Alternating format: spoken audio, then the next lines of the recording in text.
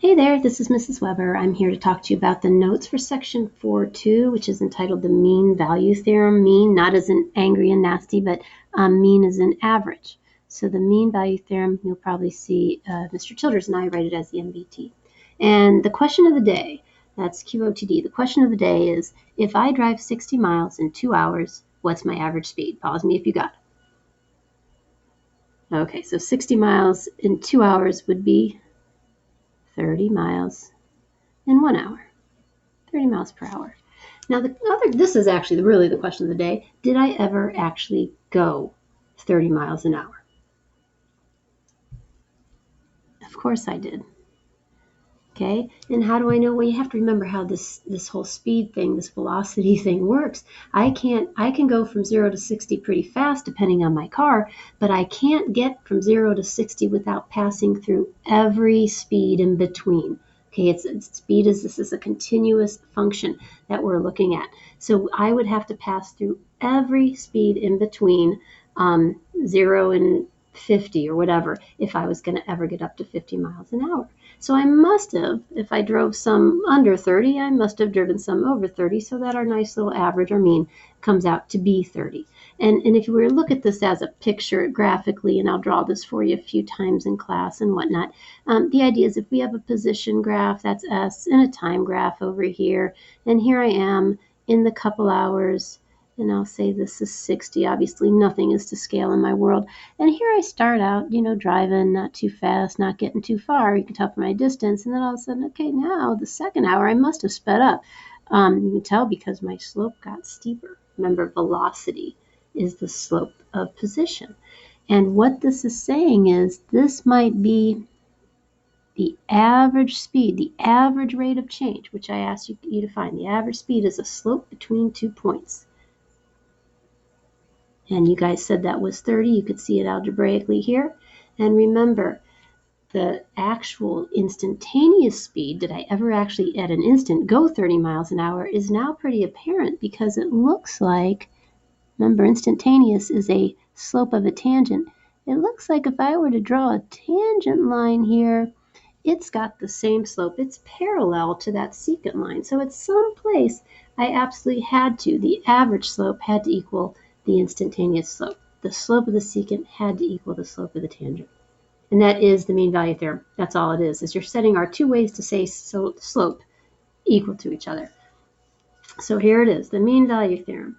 The function has to be continuous on the interval. Ours was the interval 1, 2, including the endpoints there, and differentiable everywhere in between. No holes, no jumps, no asymptotes, nothing pointy, etc., etc. Then there exists at least one point such that the instantaneous slope, the derivative somewhere, is equal to the slope between the endpoints, AB. That's all it's saying. Somewhere your average speed equals your instantaneous, or your average rate of change equals your instantaneous rate of change. Okay? Instantaneous equals average somewhere, and that somewhere will turn out to be C. All right, let's just do an example. I got a couple for you. First of all, if we're going to show, and I'll leave the mean value theorem up there, we're going to show that f of x equals x squared satisfies the mean value theorem on 0, 2. Okay, this word, all it means is the function f of x equals x squared continuous and differentiable? That means smooth, right? It's smooth, nice smooth curve on 0, 2. Remember where a derivative doesn't exist, right? Discontinuities, abrupt changes in slope, and a vertical tangent. So I don't think this has any of those, right? So we can say that this function satisfies the mean value theorem because f of x equals x squared is continuous and differentiable on the interval. In fact, it's continuous and differentiable everywhere, right? It's a parabola. Okay, the second part of it says to find that value of C. So we're going to go ahead and use the mean value theorem to find that. We're just going to find where does the derivative, And I think we want to say what a specific C value, right, does that occur? So I'll use a C. Where does that equal the slope between the endpoints? And the rest is just a little plug it in game. We're going to have to find a couple endpoints. So let's do that. This is A is 0, so B is 0. I'm just plugging it in here. This is points on the graph. And then my other endpoint over there at B will be plugging a 2. You get out a 4. All right, so those are our 2 points. So we're going to find the slope between the endpoints. 4 minus 0 over 2 minus 0. That's a 2. And now we're going to find out where the derivative of f, which is 2x, equals 2. And that is at an x value if you divide an x value of 1. When x equals 1, the slope is going to be the same as the slope between the endpoints. Okay, when x is 1, the slope of the derivative value is going to equal the average rate of change. And the book will probably have that c equals 1 because we're looking for that particular value where this happens. I'm not going to be real picky about that on your test, but when you see it in the book, don't freak out about it.